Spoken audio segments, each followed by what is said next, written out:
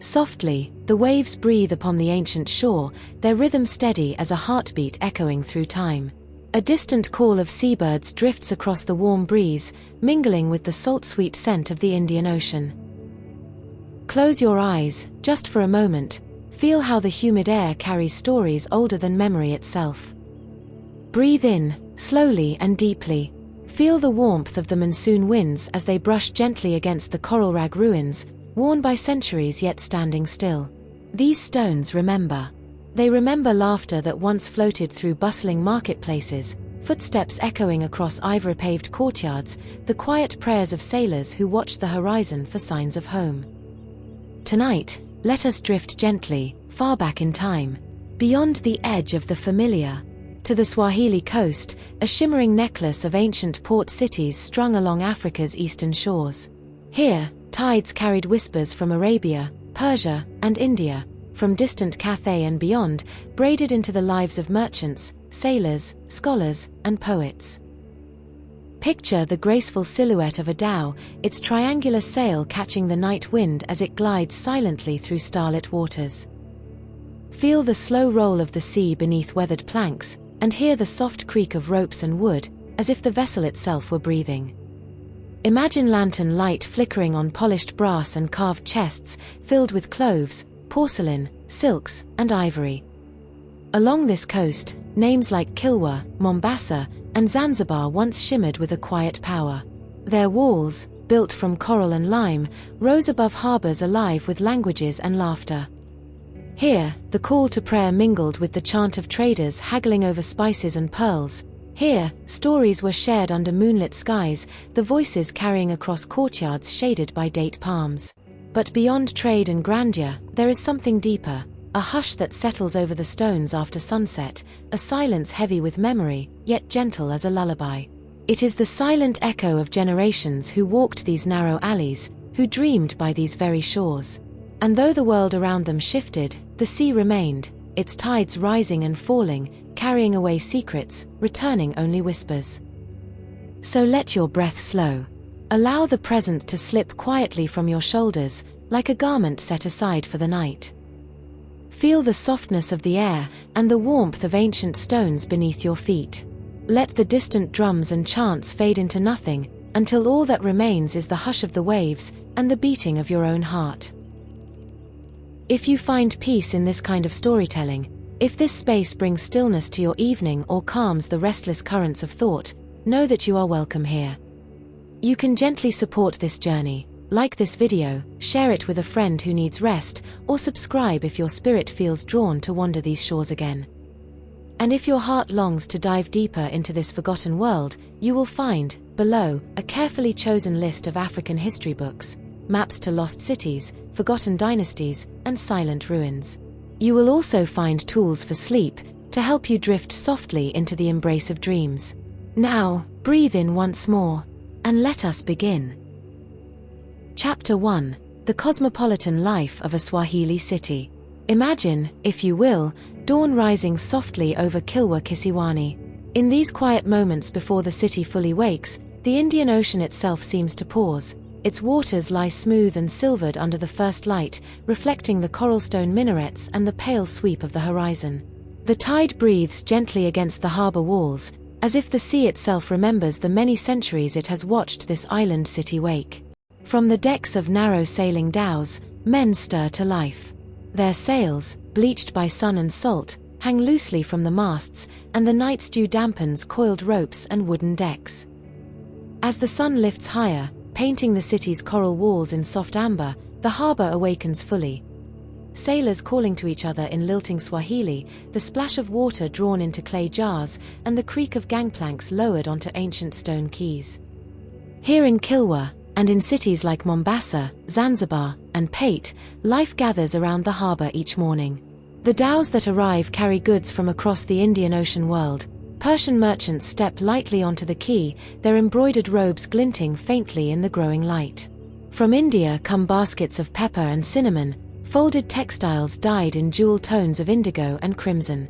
Traders from the African interior bring ivory, iron tools, and gold dust, its dull sparkle hidden in woven pouches. Yet Kilwa's beauty lies not only in its trade, but in the city itself, a place built of stone and story, memory and desire. Walk slowly through its narrow streets, and see how coral stone shapes life here. The houses rise 2 or even 3 stories high, built from limestone blocks cut from coral reefs, each block pitted and textured by the sea from which it was taken. Doorways stand tall, framed by intricately carved wooden lintels where vines, stars, and geometric designs dance in silent praise of artisans long forgotten by name. Within these homes, cool shaded courtyards serve as the beating heart of family life, places for prayer, conversation, and quiet rest in the heat of day. At street level, the walls reveal small, shuttered windows set high, preserving both privacy and cool air. Rooftops hold cisterns to catch rainwater, and open terraces where women gather to dry spices, mend nets, and share stories under the watchful sky. The houses of the wealthiest families stand closest to the harbor, their coral walls washed regularly to a soft, luminous white. Farther back, the city unwinds into smaller dwellings of artisans, sailors, and labourers, still built of coral, though simpler in design. Beyond them lie gardens planted with coconut palms and fruit trees, small fields of millet and vegetables, and wells dug deep to draw fresh water from beneath the coral island. The rhythm of daily life follows the sun and the sea. In the mornings, the harbor hums with business. Merchants confer quietly, scribes record transactions in flowing Arabic script, and porters ferry heavy sacks of cloves and rice from quay to courtyard. In the afternoons, as the heat deepens, shutters close and doorways darken, the streets empty, holding only the memory of footsteps. And when dusk softens the stone walls, lanterns are lit, laughter rises from courtyards, and the scent of grilled fish drifts down narrow alleys. Yet beyond the walls and markets lies a complex web of people, bound together by trade and tradition, faith and family. In Kilwa, society was layered like the very coral stone upon which it was built. At the top stood the merchant elites, wealthy families whose ancestors had guided dhows across the monsoon winds for generations. Many claimed descent from Arab or Persian forebears, and these claims were more than vanity. They were living myths, known as Shirazi legends, that traced family lines to noble settlers from Shiraz in Persia. These myths did not erase African roots. Rather, they wove them into a tapestry of prestige and faith, linking the city's present to an imagined past of refinement and sacred lineage. These elites presided over life not only through wealth, but through patronage. They sponsored the building of mosques, paid for wells and public fountains, and hosted religious festivals that brought the community together. Their homes stood as quiet symbols of status, where carved doors whispered of family history and imported ceramics spoke of distant connections. Beneath them, yet essential to the city's life, were artisans and craftsmen. Carpenters who shaped doors and shutters from fragrant hardwoods, masons who knew the secrets of coral stone, potters whose kilns glowed softly at dusk. There were sailors and shipbuilders, their hands toughened by salt and rope, who carried Kilwa's name across the sea. And there were farmers who tended small plots beyond the city walls, bringing coconuts, millet, and sugarcane to the market. In the harbor, voices wove a living fabric of trade, Swahili laced with Arabic, Persian, Hindi, and the many tongues of Africa's interior. Deals were struck with a gesture, sealed with a prayer, and recorded with a few swift lines of ink. The city's scribes, trained in Quranic schools, wrote not only religious texts but contracts, marriage documents, and family histories, each stroke of the pen an act of memory. And below even these were the enslaved people, men, women, and children captured in wars inland or born into bondage. Some labored in fields and homes, others served aboard ships or worked as porters in the crowded market lanes. Their presence was felt everywhere yet rarely recorded by name, their stories often left to fade like tide marks on stone. Family, however, formed the core of Swahili life across every layer of society. Lineage was traced through both parents, but noble families especially prized descent from respected ancestors, often Arab or Persian fathers, whose arrival by sea became part of local legend. These claims connected Kilwa not just to the African interior, but to the Islamic world beyond the horizon, lending weight to a family's standing and a city's prestige. Clan, too, shaped identity. Networks of kinship and shared ancestry defined obligations and alliances, determined who could marry whom, and provided a social safety net. When disputes arose, elders and clan leaders gathered in shaded courtyards to speak, sometimes late into the night, until a settlement was found. The Shirazi myths were more than stories, they were acts of belonging. They offered a sense of place in the great swirl of cultures that met on the Swahili coast, and a bridge between African roots and the wider Islamic world. Through them, the coral stone cities became not only African, but also part of an imagined genealogy stretching across the sea to Persia's shining domes. At prayer time, the call to prayer rose from the mosque's minaret, its voice echoing off coral walls and down narrow alleys, reminding rich and poor alike of their shared faith. The largest mosque in Kilwa, built centuries earlier, stood not far from the harbour, its mihrab facing Mecca, its walls cool and thick, offering shade and silence. Merchants paused in their accounts, sailors folded their prayer mats on deck, and women whispered quiet verses at home. Faith shaped daily life in countless quiet ways, through the rhythm of prayer, the gentle discipline of fasting, the rituals of marriage and burial. Yet even faith itself was shaped by the cosmopolitan life of Kilwa, colored by ideas and teachings carried by scholars and travelers from Arabia, Persia, and beyond. At dusk, when the heat subsided and lanterns flickered to life, the city gathered in courtyards.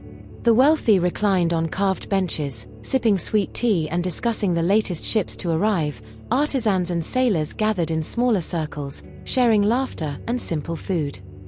Women watched from rooftops and windows, their presence felt though often unseen. Children played in the cool alleys, their laughter as fleeting and bright as fireflies. By night, Kilwa's skyline shimmered with lantern light, reflected in the calm waters of the harbour. The carved doors, shut softly against the darkness, stood as silent witnesses to centuries of stories, of arrivals and departures, triumphs and quiet sorrows, the births and deaths that marked each generation. If you could walk these streets under the moonlight, you would feel the city breathe.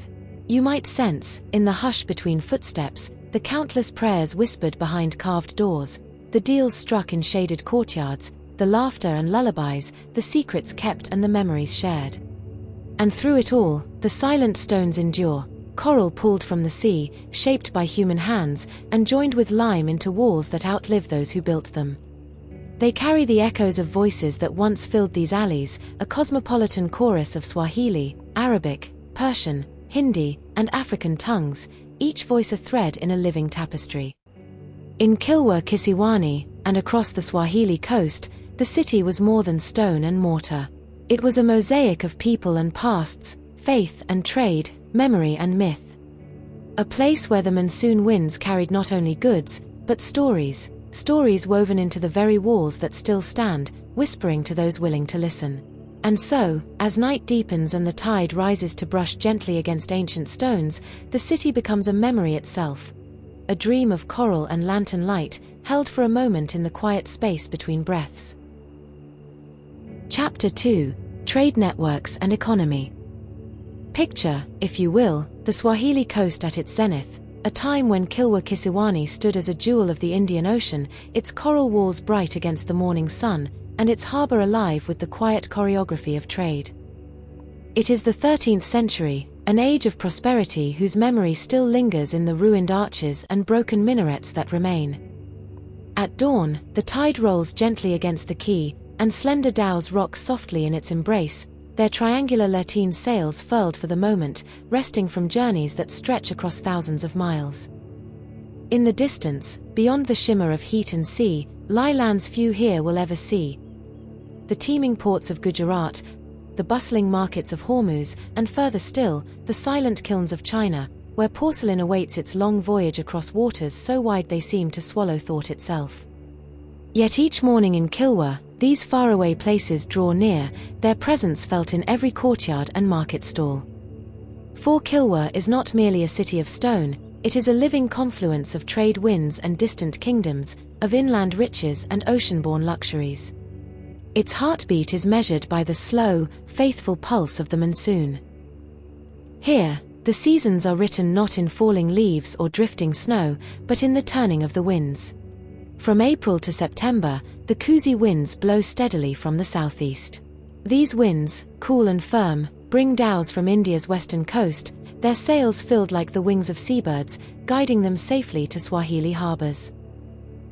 The merchants they carry speak many tongues, Gujarati, Tamil, Persian, and they bring with them bolts of cotton dyed in bright reds and deep blues, fine silks that shimmer like water at dawn, and sacks of pepper whose sharp scent clings to the humid air. Then, as the year turns, the Kuzi winds fade. By December, the Kaskazi winds begin to blow from the northeast. These warm winds, softer in temperament, carry dhows back across the sea, laden with African treasures.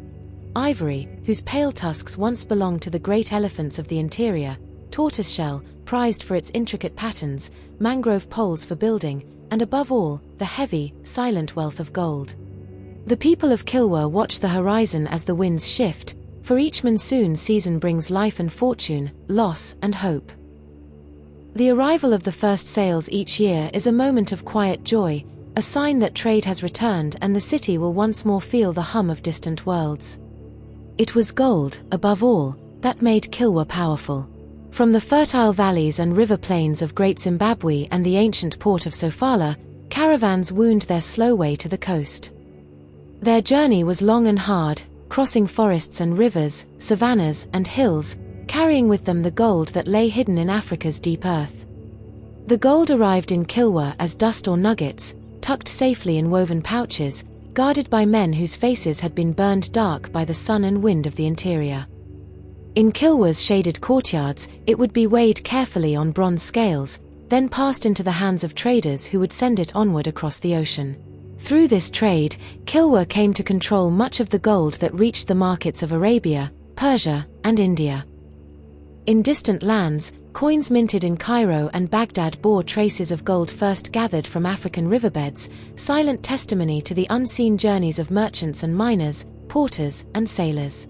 With each pouch of gold, Kilwa's stone houses grew taller, its mosques expanded, their coral walls decorated with imported tiles, and its people grew more connected to the vast world beyond the horizon.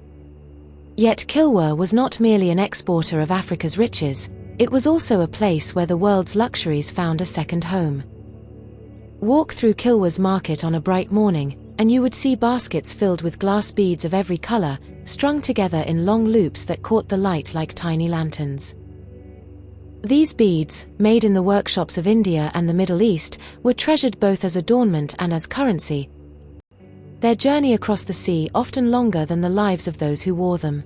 There, too, stood Chinese porcelain, fine bowls and plates, their pale surfaces decorated with blue dragons and delicate floral patterns.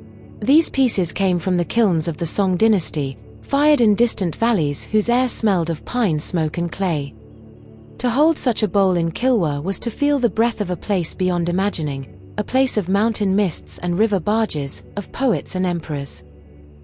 From Persia came pottery glazed in shades of deep turquoise and soft green, colors that seemed to hold the memory of still water.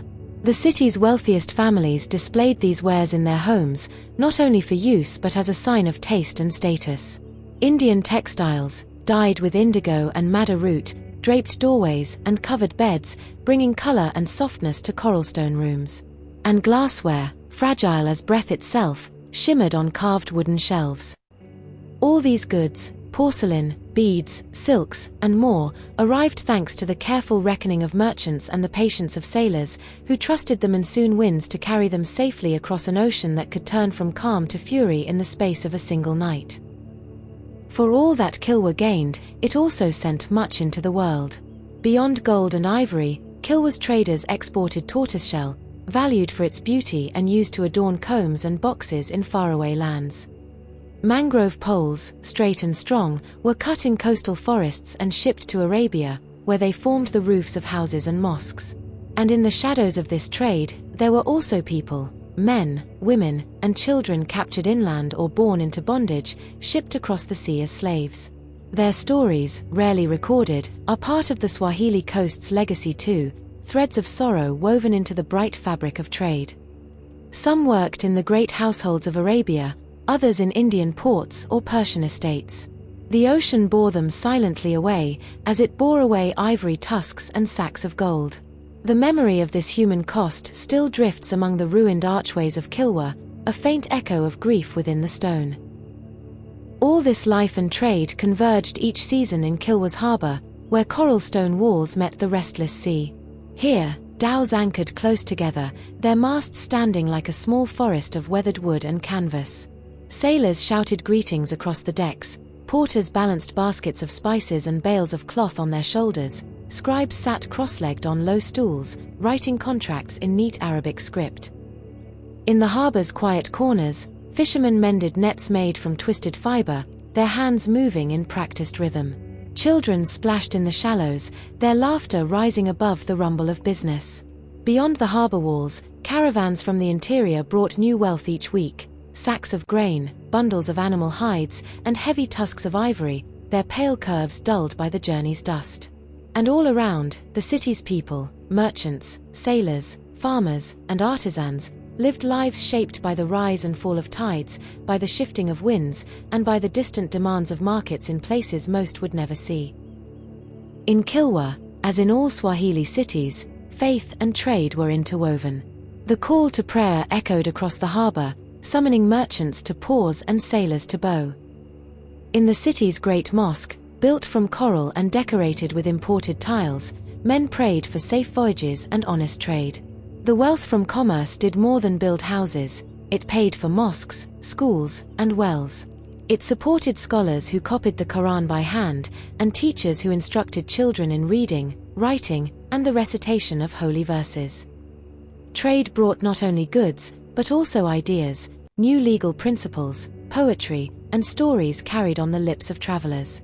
In Kilwa's shaded courtyards, it was possible to hear of wars in far-off lands, of the fall of cities and the rise of new rulers, news that arrived months late yet still carried weight. And always, beneath the bustle, lay a quiet knowledge that prosperity was a gift of both skill and fortune, of human effort and the mercy of God. By night, as the harbour quieted and lanterns flickered on carved doorways, Kilwa seemed to breathe a different kind of life. The same coral walls that by day rang with shouts and laughter now reflected softer sounds: the murmur of families gathered for the evening meal, the low recitation of prayers, the hush of wind through narrow alleys. Above, the stars wheeled slowly across the sky, the same stars that sailors had followed for centuries, their positions charted and remembered in stories passed from father to son. The monsoon winds rested too, holding their breath between seasons, as if honoring the city they helped build. And in this stillness, Kilwa stood revealed not just as a market of goods, but as a market of dreams, a meeting place of worlds. In the centuries that followed, Kilwa's fortunes would rise and fall. The arrival of new powers from across the sea would change trade routes and shift the balance of wealth. Yet the memory of this golden age remains, a time when the city's coral walls gleamed under the sun, when dhows brought silk and porcelain, and when gold dust from African rivers passed quietly through courtyards shaded by carved doorways. It was an age built on trust in the monsoon winds, on the skill of sailors, on the labor of porters and craftsmen, and on the silent courage of those who crossed deserts and seas alike. Even now, when the tide washes gently against Kilwa's ruins, it carries whispers of that time, of the creak of rigging, the scent of spices, the rustle of silk, and the soft prayers of a city that lived by trade. A city that rose from coral stone, turned its face to the sea, and, for a time, helped weave together the wide and wonder-filled tapestry of the Indian Ocean world. Chapter 3: Religion and Cultural Identity. Close your eyes for a moment. Picture the first light of dawn spilling over Kilwa Kisiwani. The sky still carries the lavender hush of night, while the Indian Ocean laps gently at coralstone walls. Before the markets stir, before dhows hoist their sails, there rises another sound, the call to prayer. A single voice, unwavering and melodic, unfurls from the minaret of the great mosque of Kilwa. Its echo brushes across rooftops of coral rag and drifts into narrow alleys, calling the faithful to greet the day in prayer. For centuries, this call has been the pulse of life on the Swahili coast, a quiet thread binding dawn to dusk, trade to faith, and home to the wider world. By the 13th century, Islam was not simply practiced here, it was rooted, braided into every courtyard and every carved door. Yet it grew in dialogue with older ways, blending with Bantu customs, local beliefs, and the memory of ancestors whose names still linger in family lineages. What emerged was a faith both universal and particular, the Islam of the Swahili coast. Coral rag mosques and the stones that remember. Walk with me now through Kilwa's oldest quarter, where history speaks in stone. Here stands the Great Mosque of Kilwa, raised from coral rag blocks, ancient limestone corals hewn and shaped by patient hands. Its prayer hall once sheltered hundreds under a flat roof supported by rows of square pillars. At its height, it was one of the largest mosques in sub-Saharan Africa, a testament to the city's devotion and prosperity. As you approach, notice the weathered mihrab, a simple niche pointing faithfully toward Mecca. The plaster has softened with age, and the outlines blur slightly under the play of light and shadow. Above it, small windows once let in shifting beams of sunlight, marking the hours of prayer. The walls themselves whisper stories. Coral rag holds within it the memory of the sea, tiny shells and fragments of ancient reefs pressed together over millennia. In the hush before prayer, you might imagine you can hear that memory, the soft rush of tides, the creak of dhow timbers, and the murmur of verses recited by countless generations. Other mosques, smaller yet no less beloved, nestle within neighborhoods across Kilwa and its sister cities. Built with the same coral stone, their minarets rise like watchful sentinels, guiding travelers and calling neighbors alike. Life in Kilwa flowed gently around the rhythm of prayer. Before sunrise, the first call, Fajr, summoned the faithful from their beds. Merchants paused in quiet courtyards, sailors turned eastward on deck, and fishermen on the shore bent their heads in prayer as dawn brightened the horizon. At midday, the second prayer, Dia, sounded over the harbor. In the marketplace, conversation softened, traders lowered their voices or stepped aside to spread small mats on shaded ground. The scent of spices, the jingle of coins, the rustle of silks, these paused, if only for moments, as hands lifted in devotion. As afternoon waned, Ars marked the turning of the day. Then came Maghrib at sunset, the sky deepening into rose and indigo. Lamps flickered to life in courtyards, and the great mosque's minaret cast a long, wavering shadow over the sea. Finally, the night prayer, Isha, ended the day's cycle. Families gathered under open skies, the breeze warm against coral walls, voices reciting verses softly before sleep. The ocean, too, seemed to hush, as if honoring these last words of the day. In this way, faith was not a separate sphere of life, it was the gentle tide upon which daily existence rose and fell. Among Kilwa's merchant elites, Quranic education was a cherished duty and privilege. Fathers entrusted sons, and sometimes daughters, to the care of learned men, often scholars who had themselves studied in Mecca, Cairo, or Shiraz. In shaded verandas or mosque courtyards, children sat cross-legged on woven mats, tablets of smooth wood in hand. With reed pens dipped in soot-black ink, they copied verses from the Quran, memorizing them line by line. The gentle murmur of recitation drifted through alleyways, mixing with the scent of sandalwood smoke and the distant crash of waves. Education here was not only about letters and faith. It taught patience, discipline, and the art of listening, to words, to teachers, to the silence between verses. Boys of merchant families learned also about trade arithmetic, genealogy, and the rules of inheritance laid out in Islamic law. Among these lessons, stories lived, too. Tales of prophets, of great travelers, and of local ancestors whose lives tied Kilwa's families to Shirazi origins. Persian settlers whose memory offered prestige and a thread connecting the coast to the wider Islamic world. Faith woven with local roots. Yet if you listened closely, you would hear other melodies woven into the song of faith. At weddings, Swahili families recited Quranic blessings, yet also performed dances whose steps were older than memory, movements echoing the rhythms of coastal drums and Bantu ancestry. Bride and groom exchanged vows under the gaze of elders, but the festivities afterward mingled Islamic blessings with local song, laughter, and clove-scented sweets. In festivals, too, Islamic holy days blended with seasonal rituals. On Eid al-Fitr, marking the end of Ramadan, streets filled with perfumed guests in flowing kanzu robes, sharing honey cakes and roasted goat. Children ran through alleys with henna'd hands, laughter rising into the salt-scented air. Yet, in quieter villages inland, older customs survived beside these celebrations, blessings whispered over newborns that drew on both Quranic verses and local invocations of ancestral spirits. At funerals, Quranic recitations merged with songs recalling family lineage, reminding mourners that faith and blood together shape a soul's journey. In architecture, the blend showed itself. Carved doors bore Quranic inscriptions, but also local floral and geometric motifs, their patterns recalling the coastal forests and winding mangrove routes.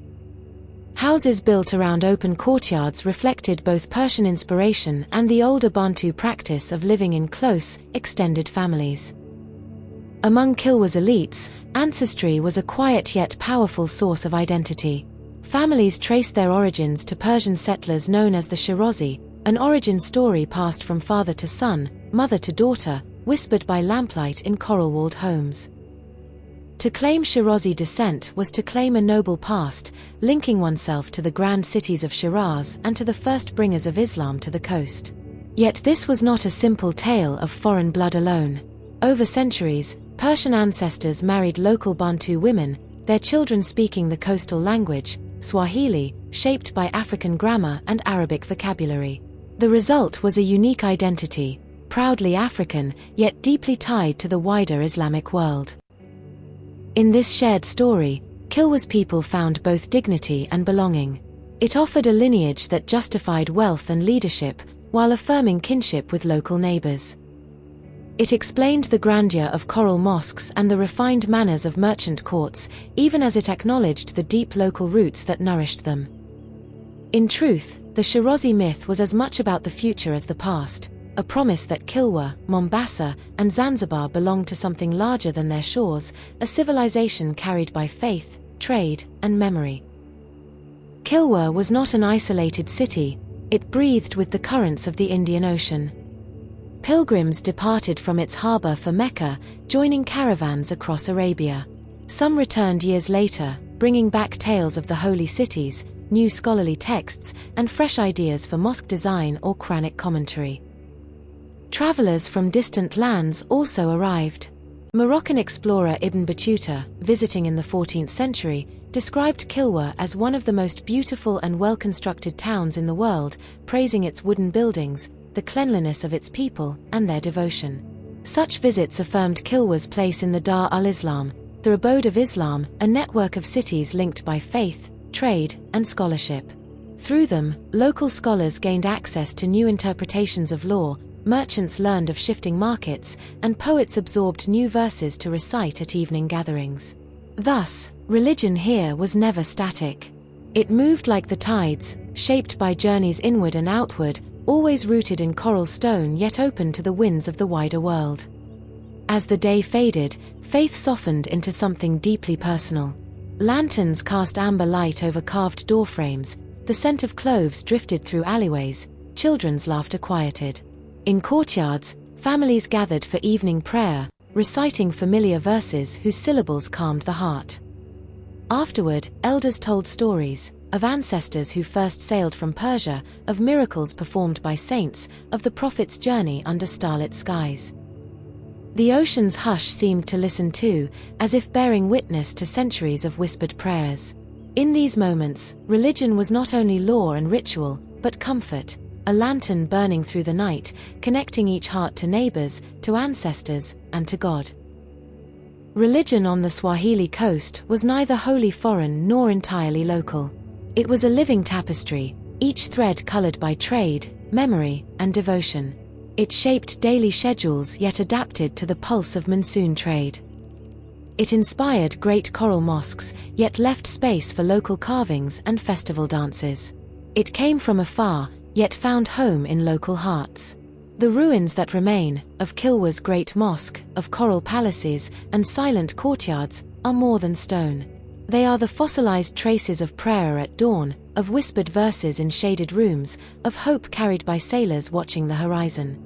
And even now, when you walk among fallen arches and weathered mihrabs, you may feel it still, a quiet presence, as if the stones themselves remember the centuries when faith flowed through every street, every doorway, every whispered word. Chapter 4: Material Culture and Architecture. Imagine wandering at dawn through the quiet lanes of an ancient Swahili city. The coral stone walls glow warm and honeyed under the first light, their surfaces textured by centuries of sea breeze and salt. Narrow alleyways twist and turn, opening suddenly into shaded courtyards where frangipani trees drop waxy blossoms onto worn flagstones. Above your head, intricately carved wooden balconies lean out, their latticework, mashrabias, filtering light into dancing patterns on the ground. Doors, massive and weathered, stand sentinel in doorways, each plank carved deeply with swirling tendrils, geometric knots, and Quranic inscriptions that speak silently of faith, protection, and beauty. This is the material soul of the Swahili coast, a civilization built from coral and timber, whose walls remember centuries of laughter, prayer, and whispered trade secrets. Let us walk together now, slowly, through these silent echoes. The heart of every Swahili city was its stone house, built not of brick or marble, but of coral rag quarried from nearby reefs. When cut and left to dry, these coral blocks grew pale and porous, almost breathing with the salt air. Each house rose 2 or sometimes 3 stories high, built around an open courtyard that brought in sea breezes and shaded light. From the street, the walls appeared plain and solid, a protective shell against the heat and the eyes of passers-by. But step inside, and the house unfolded in layers of carved niches, wooden beams, and delicate ornament. Within the cool shadowed rooms, niches, mahali, were set into walls to hold oil lamps, perfume bottles, or imported porcelain bowls. Floors were often paved with lime plaster, polished to a soft sheen by bare feet over generations. Thick wooden doors swung open on creaking iron hinges, each bearing an artistry that spoke of both piety and pride. These doors remain among the most famous legacies of Swahili architecture. Some are banded with brass studs, a nod to Indian influence. Others carry Quranic verses or stylized floral motifs that seem to grow organically from the wood. To walk down a street in Zanzibar's stone town, or through the ruins of Jeddah, is to walk through a living museum of these doors, each one unique, each a quiet proclamation of the family who once lived behind it. At the center of these homes, the courtyard was more than architecture, it was life. Here, children played in dappled light, women pounded spices in heavy mortars, and merchants rested in the afternoon heat. Rainwater gathered in small cisterns, its coolness saved for cooking and ritual washing. Breezes slipping over high walls carried the scent of jasmine or roasting fish from the harbor.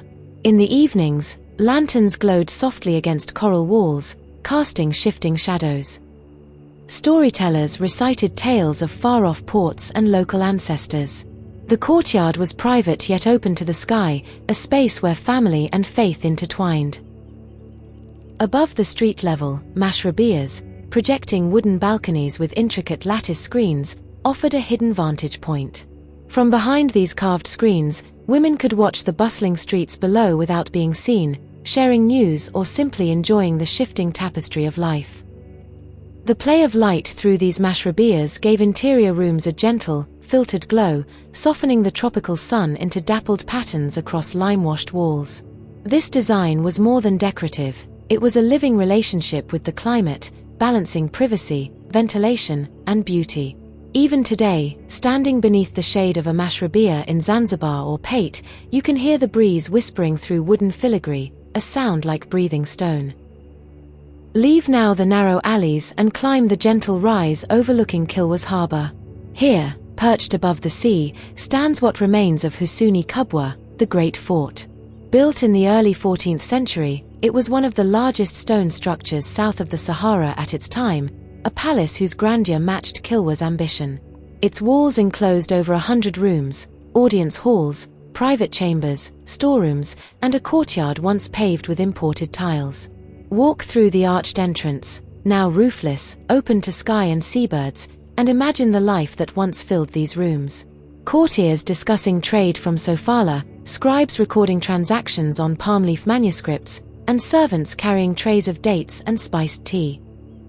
The palace also held a grand cistern, a great vaulted tank that stored precious rainwater, ensuring the Sultan's household never lacked in dry seasons. From its terraces, the Sultan could watch dhows gliding into the harbor, their sails swelling with monsoon winds, carrying gold from Zimbabwe, spices from India, and news from as far as China.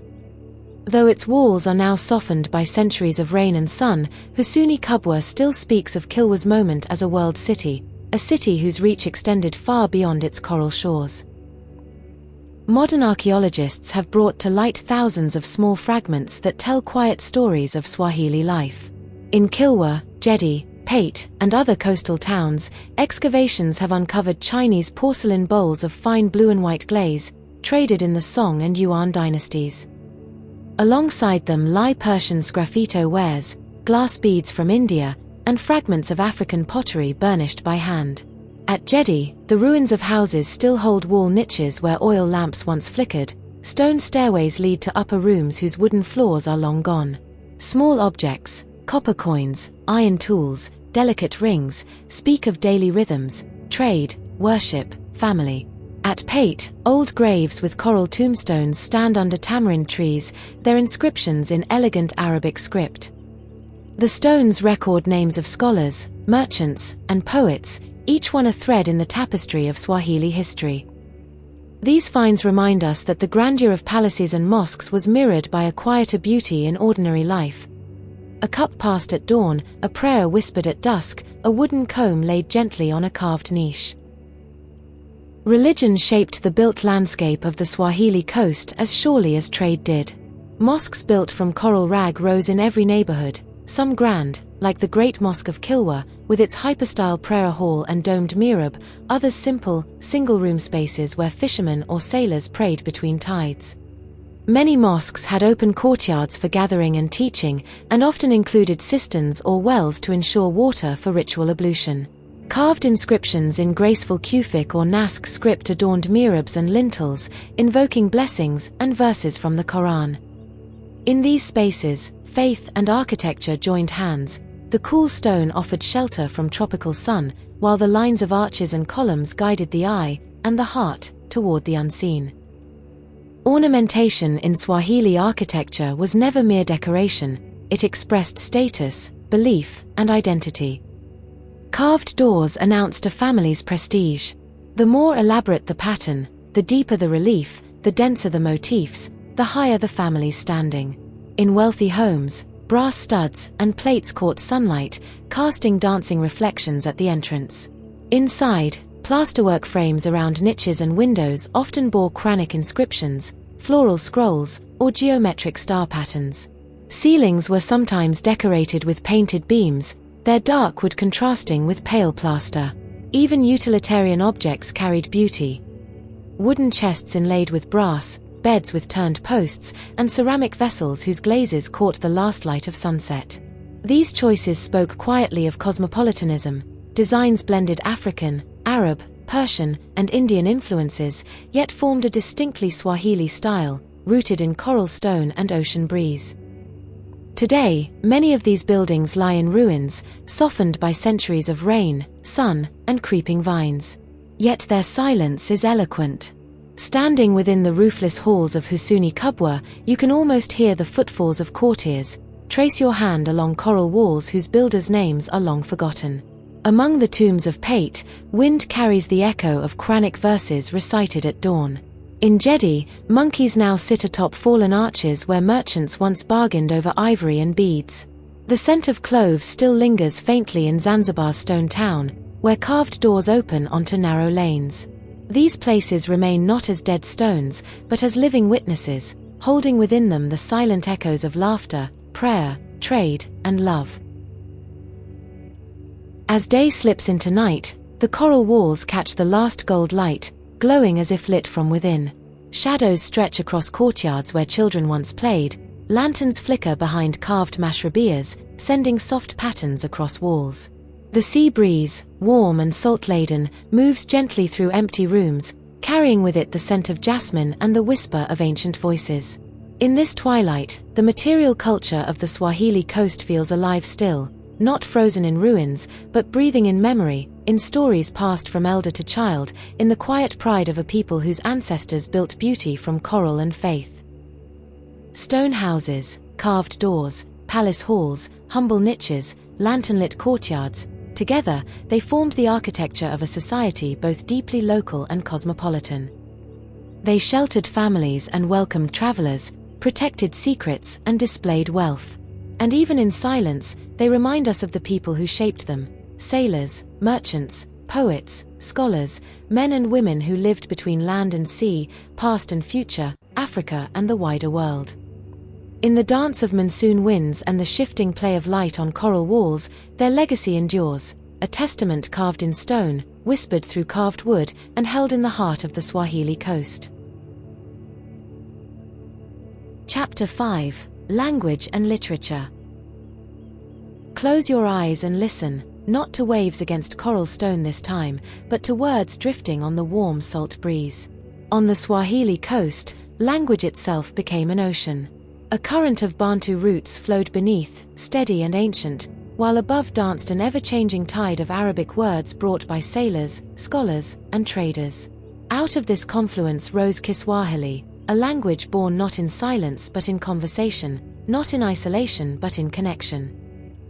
By the 13th century, Kiswahili had already taken its full, graceful form, a Bantu tongue, lilting and rhythmic, yet threaded with Arabic for prayer, poetry, and the registers of trade. Along market alleys, on dhow decks, in mosque courtyards, and in shaded verandas, it wove together the disparate voices of a cosmopolitan people. Let us walk slowly now through this world of words, from everyday speech to sacred inscriptions, from merchants' ledgers to the first flowering of Swahili poetry, a literature that still whispers from old manuscripts, coral tombstones, and memory. Imagine dawn in Mombasa's harbor. Sailors shout across water in Kiswahili, caribou, welcoming dhows heavy with dates, ceramics, and silk. Merchants lean from balconies, bargaining in a tongue whose roots reach deep into local Bantu soil, but whose branches stretch far across the sea. Words like bandari, kitabu, and safari speak to this openness, borrowed from Arabic, yet softened by Swahili vowels and rhythm. Religious terms, salah, msikiti, iman, reflect how Islam shaped daily life. Yet listen closer, and the Bantu heart remains unmistakable. The noun classes that order the world, the musical repetition, and the gentle rise and fall of conversation. Swahili speech flows like water, words repeat for emphasis, sentences sway with balance, and even the simplest greeting, hujambo, are you well, carries quiet poetry. This language belonged to fishermen and sultans alike. In it, contracts were written, prayers recited, stories shared by lantern light. It lived on lips and parchment, in chants of sailors heaving sails, and in lullabies hummed to sleeping children. Before ink-stained parchment, words first appeared on coral and limestone. Walk through the ruins of Kilwa, Pate, and Jedi, and you will find tombstones adorned with Arabic inscriptions. Some bear Quranic verses, beseeching God's mercy for the departed, others list names, dates, and places, small anchors of memory in shifting sands of time. In Kilwa, a tomb dated to the early 14th century bears words in flowing Kufic script, celebrating the deceased's piety and noble ancestry. These stones, though silent, speak of a literate society, scholars, scribes, and artisans who could carve faith and remembrance into coral walls. The inscriptions are often purely Arabic, yet around them lived an oral world where Kiswahili carried everyday sorrow and joy. The stone memorialized the sacred and the formal, the spoken language kept alive laughter, argument, and song. By the late medieval centuries, Kiswahili began to appear on palm leaf manuscripts and parchment. Written in Arabic script, locally known as ajami, it recorded poetry, prayers, chronicles, and even personal letters.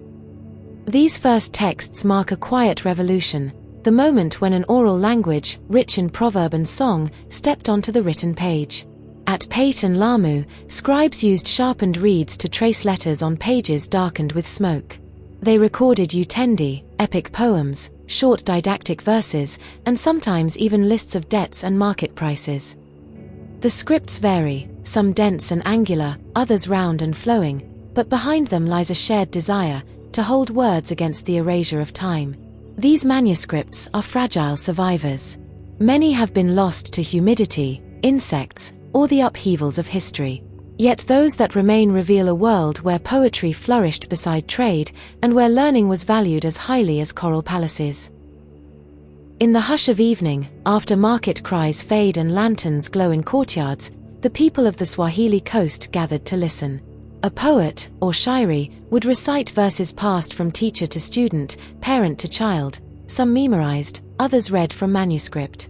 The language danced in 4-line stanzas, each line balanced in syllable and rhythm.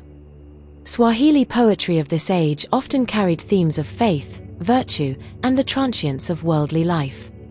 A well-loved poem might open with praise of God and the prophet, move to reflections on love or loss, and end with moral counsel.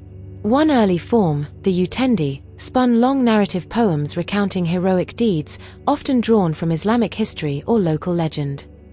Listeners followed the rise and fall of these stories, heroes battling temptation, lovers separated by fate, cities lost and found.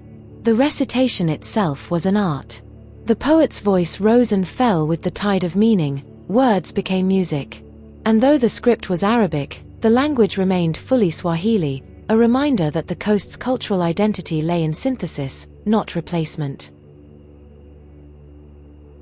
In the Swahili world, the written and the spoken were not rivals but partners. Children learned proverbs from elders, short, vivid sayings that carried ancestral wisdom. Bandu bandu humaliza gogo, chip by chip, the log is finished. Haraka haraka haina baraka, haste brings no blessing. These proverbs, born of coastal life, taught patience, caution, and respect. Their cadence echoed in the longer, crafted lines of poetry. A learned person might quote a proverb to support an argument, just as easily as citing a verse from the Quran. At the same time, literacy spread slowly through coastal towns. Young boys of merchant families often studied in mosque schools, memorizing Quranic verses and learning to write in Arabic script. Some continued to higher study, mastering grammar, law, and theology. Yet even among those who never learned to write, the oral tradition kept the language alive, changing subtly with each retelling, yet anchored by collective memory. By the 13th and 14th centuries, Kiswahili had become more than a means of trade. It was a badge of belonging, a shared language binding fishermen of Pemba, merchants of Kilwa, and sailors of Lamu. It served practical needs, trade agreements, shipping manifests, city records. But it also gave voice to devotion and longing. In marriage songs, lovers spoke of moonlit meetings and absent beloveds. In children's songs, mothers soothed with rhymes of sea and sand. Through language, the Swahili coast told itself who it was. A Bantu-speaking people shaped by Islam, Africans who welcomed the world, yet kept a sense of home rooted in coral stone and monsoon rhythms. Religion deepened this linguistic tapestry. Arabic remained the language of sacred knowledge, Quranic recitation, sermons, legal judgments. Scholars corresponded with clerics in Yemen or Cairo, seeking guidance on theological questions. Yet Kiswahili brought that faith into everyday life. Mosque announcements, religious advice, and even prayers at family gatherings were often spoken in Swahili, blending local idiom with sacred vocabulary. It was common to hear a sermon that opened in Arabic, then shifted to Kiswahili so all could understand. The result was not conflict but complementarity. Arabic as the tongue of scripture and scholarship, Kiswahili as the language of daily devotion, love, and community. Just as Kilwa's harbor welcomed ships from India and Arabia, the Swahili lexicon absorbed words from many shores. From Persian came words for luxury goods and courtly life. Indian languages contributed terms for textiles and trade items. Even a few Portuguese words arrived later, after the 16th century. But always, the Bantu roots held firm, structuring grammar, shaping pronunciation, and ensuring that no matter how many foreign words entered, the language remained unmistakably Swahili. This openness made Kiswahili both practical and poetic. It could describe the rigging of a dhow, the taste of a spiced stew, or the glint of Chinese porcelain, all within the same breath. Beyond poetry, early Swahili literature also included historical chronicles, city histories written by learned men, mixing oral traditions with written records. The Kilwa Chronicle, for instance, recounts the city's founding by Persian princes, its rise to wealth, and legendary rulers like Sultan Suleiman. Though partly mythic, these texts offered towns a sense of identity and continuity. They were written in Arabic, yet often based on stories first told in Kiswahili, passed down in nighttime gatherings, during weddings, or on quiet journeys at sea. At sunset, coral walls catch the last light, and fishermen mend nets by the shore. From a nearby courtyard drifts the soft recitation of a poem, lines memorized generations ago, still alive on living tongues. Words outlive stone. Even when palaces crumble, language keeps memory breathing. In Swahili proverbs, in half-forgotten verses, in the gentle greeting exchanged on dusty roads, the spirit of the coast endures. This was, and remains, the quiet power of Swahili literature, not only to record, but to remember, not only to adorn, but to belong. Today, Kiswahili is spoken by tens of millions, far beyond the coral towns of its birth. Its oldest poems and chronicles are studied in libraries, its proverbs still guide choices great and small. Yet the heart of the language remains what it was in Kilwa's crowded markets and Lamu's shadowed verandas, a vessel of connection. Between people. Between past and present. Between Africa and the wider world. And so, as you listen to these ancient words carried by sea breeze, you hear not an echo of something lost, but the living voice of a coast that spoke, wrote, and dreamed in Swahili. Chapter 6: Everyday Life. Close your eyes for a moment, and let us step together into the quiet hum of daily life on the Swahili coast. A life shaped by tide and trade winds, by coral stone and coconut palms, by prayer calls and laughter drifting on sea breezes. This is not a life of sultans and chronicles, but of ordinary mornings and dusks. The slow simmer of spiced rice, the rustle of a cotton robe in a courtyard, the soft drumbeat calling neighbors to dance beneath lantern-lit skies. Let us walk through Kilwa or Mombasa not as guests in a palace, but as silent companions, lingering where fishermen mend their nets, where children chase each other around carved wooden doors, and where women gossip in shaded courtyards fragrant with cardamom and coconut milk. In the Swahili household, the day began in the courtyard kitchen, an open space under sky or shaded by palm fronds, where clay stoves glowed with embers. Grains formed the meal's heart. Rice, likely imported from across the sea, held a place of honor. When rice was scarce or reserved for festive days, families cooked millet or sorghum, pounded and steamed until soft and fragrant. Fish, drawn fresh each dawn from turquoise waters, simmered in coconut milk infused with turmeric, ginger, and garlic. The sharp tang of tamarind balanced the creamy sweetness, while a scatter of cloves, cardamom, or sometimes cinnamon hinted at far-off markets, yet belonged entirely to coastal kitchens. On palm leaf mats, families sat cross-legged to share the meal. Women served from large ceramic bowls, their hands graceful and practiced, and children learned early the art of shaping warm rice into small, neat morsels. Around them, woven baskets held ripe mangoes, bananas, and dates imported by Dhow. Clay pots kept water cool. The scent of charcoal, salt air, and spice lingered long after bowls were emptied. Evening meals, softer in mood, were moments of story and prayer. As night fell, lanterns cast flickering light on coral walls, and elders spoke of ancestors, sailors' journeys, or merchants' fortunes rising and falling with the tide.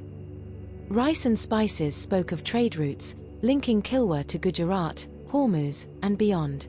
Millet and cassava rooted families to African soil, drawing nourishment from fields behind city walls. Coconut trees lined courtyards, providing milk for stews and oil for lamps. Special days, weddings, births, the Prophet's birthday, brought richer meals. Palau, where rice shimmered with saffron and studded meat, halwa, sweet and sticky, flavored with rose water or lime. Yet even the simplest meal, a handful of rice, salted fish, and coconut chutney, echoed centuries of exchange. Eating, like language, bound people to both shore and horizon. Step outside now, into a morning street. Men pass by wearing the kanzu, a long, white cotton robe flowing to the ankles. Simple in cut, yet dignified, it shimmered in the humid breeze, its light color cooling against the tropical sun. Some men wore caps embroidered with delicate geometric patterns, symbols of piety and identity. For women, the lasso, bright, rectangular cloths, wrapped gracefully around the waist or over the shoulder, dyed in indigo or printed with bold, repeating designs. On festive days, they added the kanga, softer, finer cloth often inscribed with Swahili proverbs, an unspoken conversation carried on cloth. Jewelry shimmered in the sun, silver bracelets ringing wrists, anklets chiming softly on coral stone paths. Women adorned ears with hoops and studs, some wore delicate chains across the forehead. Each piece was more than adornment, it whispered family history, wealth, and craftsmanship passed down through generations. Clothing was at once modest and expressive. Loose, airy garments suited the coastal heat, but colors and patterns told subtle stories of mood, status, or occasion. On holy days, new kanzus and kangas appeared fresh from market stalls, still smelling faintly of dye. Everyday life unfolded within the coralstone homes whose walls still stand, silent witnesses to laughter and prayer. At the center lay the open courtyard, part garden, part living room, where meals were shared, children played, and guests were welcomed. Morning sunlight warmed the stone. By afternoon, climbing plants cast shifting shade. Rooms surrounded this courtyard, cool and dim, with niches in the walls for oil lamps and storage. The mashrabiyah, delicately carved wooden screens, allowed breeze and privacy, filtering sunlight into lacework patterns on the floor. Doors themselves were works of art, heavy timber carved with floral motifs, Quranic verses, or geometric designs. Each household bore its mark in these carvings, a silent signature of pride. Inside, mats of woven palm fiber covered floors, water jars stood ready in the corners, shelves displayed glazed bowls and cups from Persia and China, treasured not only for beauty but for the stories they carried. As dusk deepened, the city changed tempo. The heat softened, and courtyards glowed under lantern light. It was then, among family and neighbors, that leisure flowered. Music pulsed at the heart of gatherings. The deep, resonant beat of ngoma drums set rhythms for dance and story. The oud, a pear-shaped lute from Arabia, added softer, melancholy notes, while singers wove verses of longing, faith, or humor. Poets recited shairi, structured, balanced verses, memorized and performed. Words flowed in Kiswahili, rich in metaphor and repetition, carried on voices that rose and fell like tide and monsoon wind. At larger festivals, dhow racing filled harbors with spectacle, crews of barefoot sailors, sails snapping in sea breeze, as neighbors cheered from stone quays. These races were not only sport but celebration, honoring maritime skill passed down from fathers to sons. Women, too, held their own gatherings, singing marriage songs, sharing advice, and weaving baskets while laughter brightened the night. Across every hour, faith structured life. The adhan, the call to prayer, floated from mosque minarets 5 times a day. At dawn, it rose above waves and palms, calling traders, sailors, and scholars alike to pause, to remember. At home, parents taught children the Quran, shaping not only belief but daily speech. Greetings, Assalamu alaikum, wove faith into every encounter, turning each meeting into a small blessing. Fridays brought special rhythms, a midday walk to the congregational mosque, streets alive with conversation, the smell of sandalwood drifting from open doors. After prayers, people lingered in courtyards, discussing news, trade, or poetry. When the morning sun rose high, the city's heart beat fastest. In bustling markets, stalls overflowed with spices, cloth, ceramics, and ivory. Merchants haggled gently, smiles masking calculation. Artisans shaped gold into earrings, turned coral into beads, carved wood into doors. At the harbor, dockworkers loaded and unloaded dhows, heavy bundles of cloth from Gujarat, brass from Yemen, or coconut rope coiled like sleeping serpents. Behind city walls, farmers tended small plots of millet and fruit trees, while women managed households, weaving baskets, grinding spices, preparing meals whose scent drifted into alleys.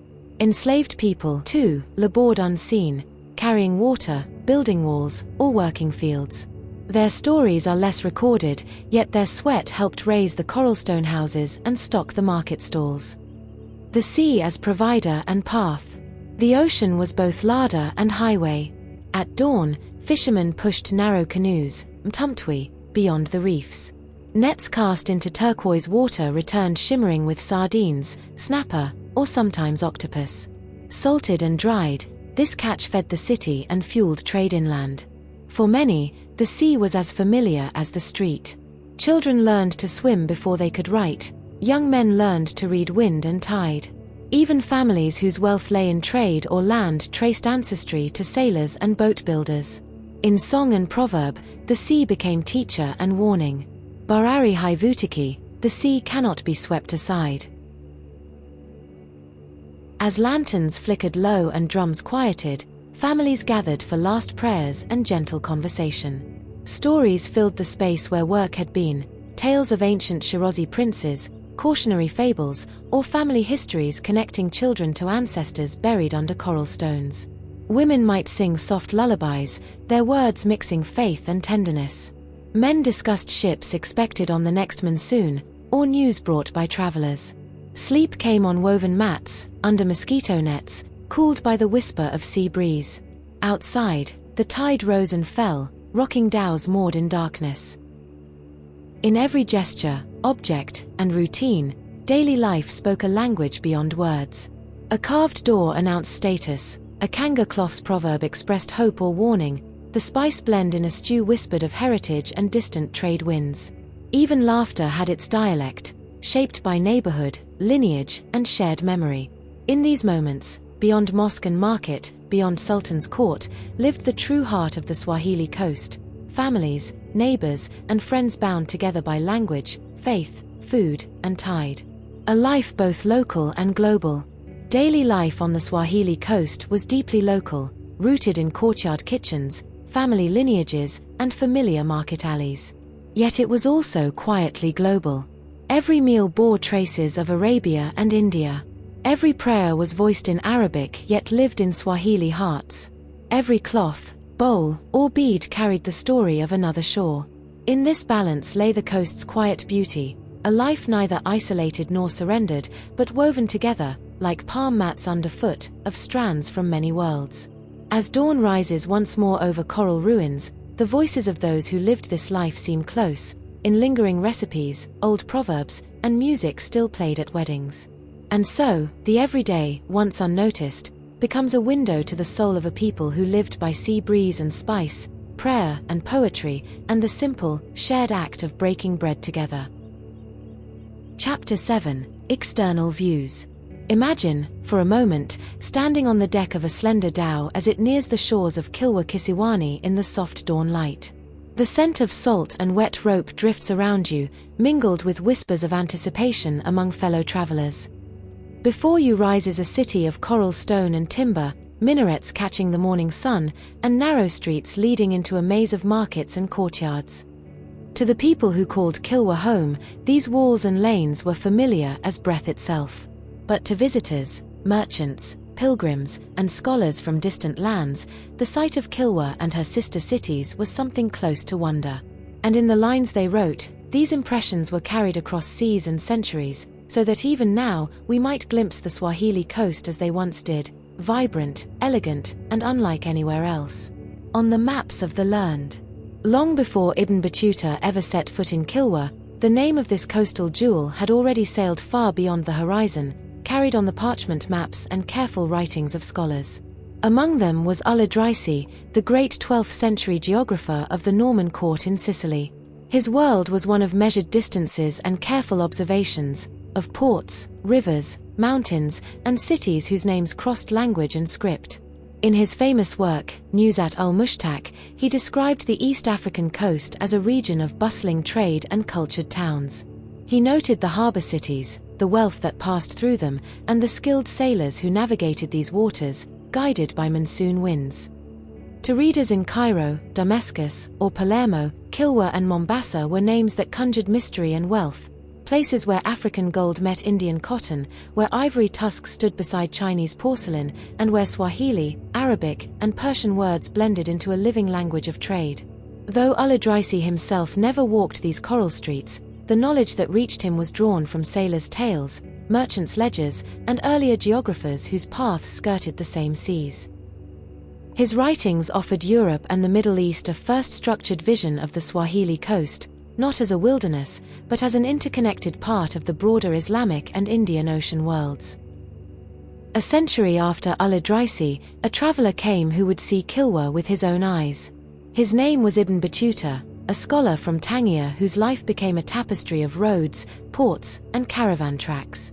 In 1331, he reached Kilwa Kisiwani, and in the pages of his Rilla, Journey, he left a vivid sketch of what he found. He wrote of Kilwa as one of the most beautiful and well-constructed cities of the world. To him, the city's coral stone houses, flat roofs, and elegantly carved doors spoke of refinement and quiet prosperity.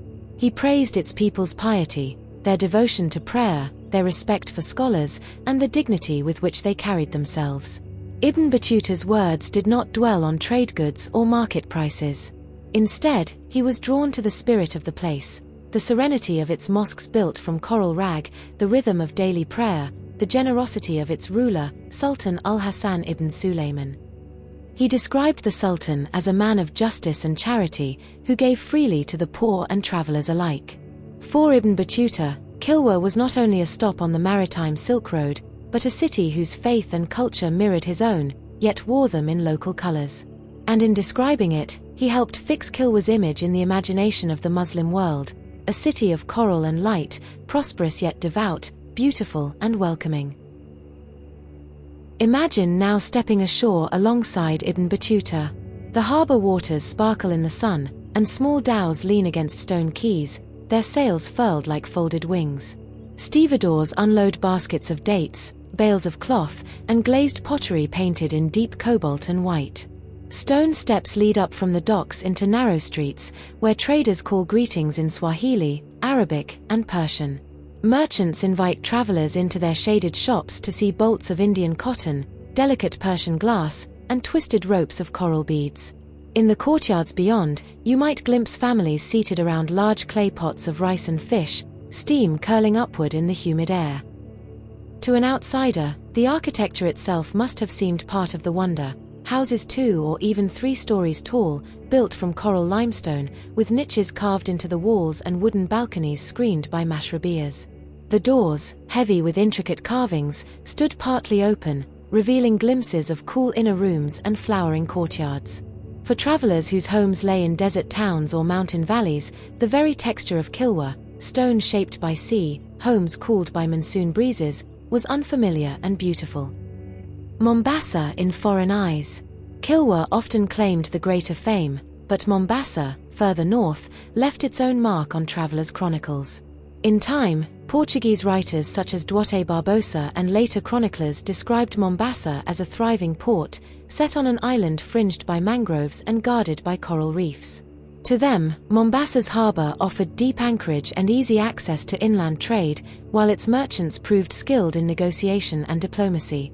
Even earlier, though less directly recorded, Arab and Persian sailors spoke of Mombasa's busy markets where ivory, rhino horn, and tortoiseshell changed hands beside imported silks and spices. Its people, like those of Kilwa, lived in coral houses, prayed in stone mosques, and spoke Swahili enriched by centuries of contact. Though each city had its own rhythm and alliances, both appeared to outsiders as sophisticated urban centers, places where the African continent opened gracefully to the wider Indian Ocean world. When Ibn Battuta called Kilwa beautiful, he saw more than elegant buildings. His praise spoke to a deeper quality, a society that balanced material wealth with religious devotion and hospitality. In Islamic tradition, the city was often seen not only as a market but as a mirror of faith. A well-constructed mosque, a just ruler, and care for travelers were signs of righteousness as much as prosperity. Thus, when Ibn Battuta praised Kilwa's sultan for charity and justice, he confirmed the city's place not just on trade routes, but in the moral geography of the Muslim world. Likewise, when Arab geographers marked Kilwa and Mombasa on their maps, they mapped more than ports, they drew the outline of a civilization, urban, literate, devout, and cosmopolitan. Yet it is worth remembering what these external accounts do, and do not, tell. They show us Kilwa's grandeur through the eyes of elite travelers, scholars, diplomats, and merchants whose words were preserved in manuscripts. They rarely linger on daily life, the laughter of children in narrow alleys, the careful work of women at looms, or the quiet skill of artisans carving coral stone. And they often pass over the stories of those whose labor underpinned the city's wealth, enslaved workers who dug wells, built houses, and rowed heavy cargo ashore. Still, these glimpses matter. They confirm what archaeology and local oral tradition also show, that these were not simple fishing villages, but urban societies woven into global networks of faith, language, and trade. For the writers and travelers who described Kilwa and Mombasa, the Indian Ocean itself was both road and mystery. From the Red Sea ports of Aden and Jeddah, ships rode the monsoon winds southward, passing along a chain of coastal towns, each a pearl strung along the shore. Kilwa, with its sheltered harbor and command of gold trade from the interior, shone brightest among them. For centuries, stories of Kilwa's wealth spread inland along caravan routes and eastward by sea to the markets of Gujarat, Hormuz, and further still.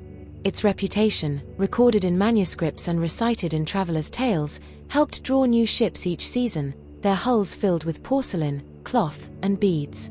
In this way, the city lived not only in stone and coral, but in words and memory, scattered across the wide map of the medieval world. Today, the ruins of Kilwa still stand, the walls of the great mosque open to sky, coral palaces softened by wind and salt. Mombasa, though transformed, still gathers traders and travelers on its island shores. Yet through the eyes of Al-Idrisi, Ibn Battuta, and other chroniclers, we glimpse the cities as they were in their flowering, lanterns glowing in dusk, sails furling in quiet harbors, and prayers rising into warm night air. Their words, written in ink now centuries faded, remain the echo of footsteps on coral paths, the hush of recited poetry, and the wide-eyed wonder of a traveler seeing the Swahili coast for the first time. In the end, the external views of Kilwa and Mombasa remind us that history is more than stones and dates. It is the shared moment when a traveler from afar pauses on a city wall, feels the salt wind, and sees beauty that locals have known all their lives. And though the tide has carried away ships and merchants, the memory of that moment drifts still, a meeting of worlds, quiet and human, on the shores of Africa. And so we stand at the water's edge, where tide and memory meet. The sun has long set behind ancient walls, and lantern light flickers across worn coral stone, tracing shadows once cast by sultans, sailors, poets, and pilgrims. Their voices, caught in the pages of travelers' journals and carried on the monsoon winds, still echo softly if we pause to listen. We have journeyed together along the Swahili coast, walked through Kilwa's crowded market at dawn, traced a fingertip across carved doors, heard Ibn Battuta's wonder, and glimpsed Mombasa through foreign eyes. These were not ruins then, but living cities, alive with laughter, prayer, trade, and poetry. Places where gold and ivory changed hands under archways of coral, and children ran through courtyards shaded by carved mashrabias. In these stories, something of that life remains, not only stone and trade goods, but the warmth of human hands building, welcoming, remembering. And as we reach the quiet end of our shared path, the echoes do not fall silent, they drift onward, across time and tide, waiting for another listener. If, in this slow unfolding of words and lantern-lit memories, you have found a measure of stillness, if you have felt the hush of the Indian Ocean breeze, the scent of sandalwood drifting through narrow alleys, or the soft wonder that once moved distant travelers to write, then perhaps you might help these silent echoes reach others, too. You could like this video, share it with a friend who might also pause to listen, or subscribe, so we may meet again when new stories rise with the tide. There is no need, no demand, only an open hand, held out quietly, in the same spirit with which these harbor cities welcome travelers from every shore. And so, dear traveler, under the last lantern's glow, we part for now. May you carry the gentle hush of Kilwa's ruins, the beauty seen by foreign eyes, and the soft tide-borne echoes of Africa within you. Until the wind brings us together once more, travel gently, listen deeply, and remember, the sea still whispers. Asante, and safe journey.